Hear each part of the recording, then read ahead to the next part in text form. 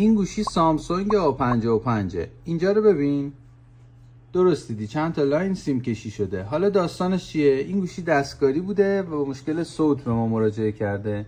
این گوشی کلا 2 تا آمپلیفایر صوت داره. یه دونه هم اینجا کنار تغذیه است که ما کار کردیم روش، گزینه 38، یه دونه هم اونور برده شماره 5 مون. تغذیه اینجا چه نقشی داره؟ 2 تا ولتاژ رو تولید میکنه، یه 1.8 و یه 2 ولت رو داره تامین داره میکنه. یه ولتاژ پاور هم هستش که از سمت آیسی شارژ ما داره میادش. پس شد این ولتاژیامون که جداگونه است. اولین کاری که باید انجام بدیم هر دو آمپلیفایر رو از مدار خارج میکنیم تا بتونیم لاین های صحیح دستوریمون رو از سی پی یو تا مقصد بررسی کنیم.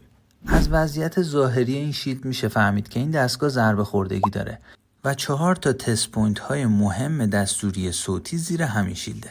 و اما آمپلیفایر اول 2 تا تست پوینت کنارشه.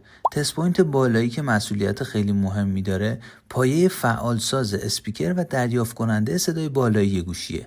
و اما آمپلیفایر دوم 2 تا تست پوینت هم اینجا داریم که این 2 تا تست پوینت زیر سلفیه که ولتاژ پاور روش. بعد از بررسی‌های دقیق متوجه شدیم که 3 تا از لاین‌های اصلیمون که از زیر سی پی یو مستقیما تا مقصد میرسیدن OL شدن، یعنی قطع شدن. مهمترینشون همین پایه SCL که مجبور شدیم مستقیما از زیر سی پی یو بکشیم، اما 2 تا پایه دیگر رو میشد از کنار سی پی یو کشید و به زندگی برگشت. این دستگاه مشکلش برطرف شد، مشکل صوت و صداش و اینا همه حل شده است. هر 2 تا بلند و صداش میاد و کارم میکنه.